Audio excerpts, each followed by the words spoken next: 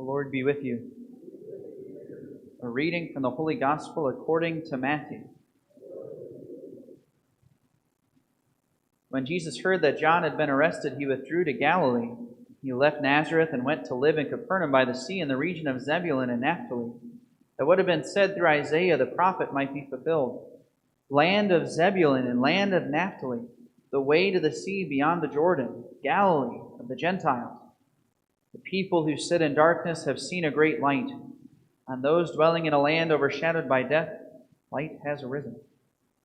From that time on, Jesus began to preach and say, "Repent, for the kingdom of heaven is at hand."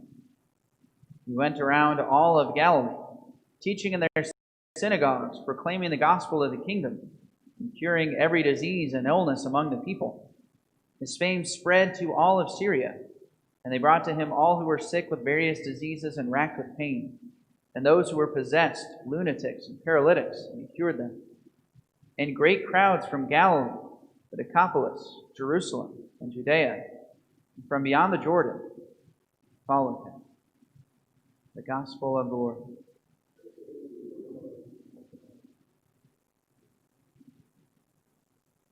So we're beginning to go through the Gospel of Matthew during this season.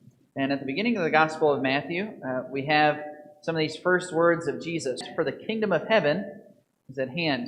The kingdom of heaven is a reference back to the Old Testament.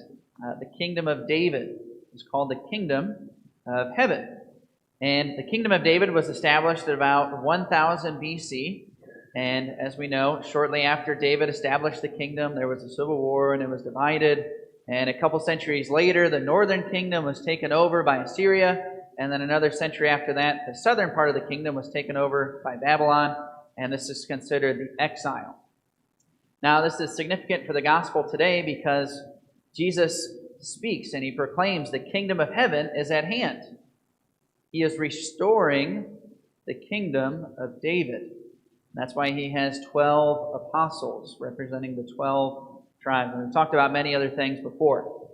Now, I just want to point this out in reference to the gospel today, because one of the first things that Jesus did after he went and was tempted in the desert, after leaving the desert, it says he heard that John was arrested, and he went to two specific places, the region of Israel, Zebulun and Naphtali. Those two areas are significant because when the Assyrians came in around 730 BC, the first regions they took over were Zebulun and Naphtali. So when Jesus is reestablishing the kingdom, the first place he goes to is the first place that was lost. Kind of a beautiful pattern there that he goes about doing. And indeed, in all of his public ministry, the same thing is reflected. The last place Jesus gets to is Jerusalem. Jerusalem was the last place to be taken over by the Babylonians. So some cool imagery there. But I want to focus more so today on the feast day of St. Elizabeth Ann Seton. St. Elizabeth Ann Seton is the first American-born canonized saint of the church. And so she was a teacher. She established a religious order. She has a shrine out in Maryland you can go and visit. But one of the things that I find striking about St. Elizabeth Seton, and this is just a simple reflection for all of us, is that she had strange circumstances in her life and in her sanctity. Eventually, she became a nun, and she established a religious order of teachers, but she wasn't even born as a Catholic. She ended up converting to the faith, and she had been married before she became a sister. Her and her husband had 5 children as Anglicans. After her husband died, of course, she was wondering what to do. She had to provide for her family, and she needed to figure out what she was supposed to do with her life. And so she established a religious order of teachers. And she converted to the faith and then established the order. And even some of her daughters became sisters with her. So imagine what it would have been like being the superior of a new religious order and also taking care of your children, some of whom were sisters in the order. Right? It was kind of a unique lifestyle. And when we read about the lives of modern saints, This is not an uncommon experience. That sanctity doesn't look the same for every person.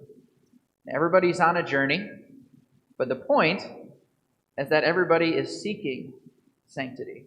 And that opportunity to find sanctity, a holy way of life, is never lost.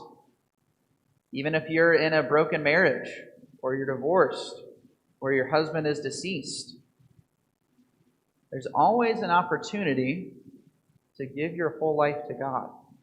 And that invitation to holiness is before us every day.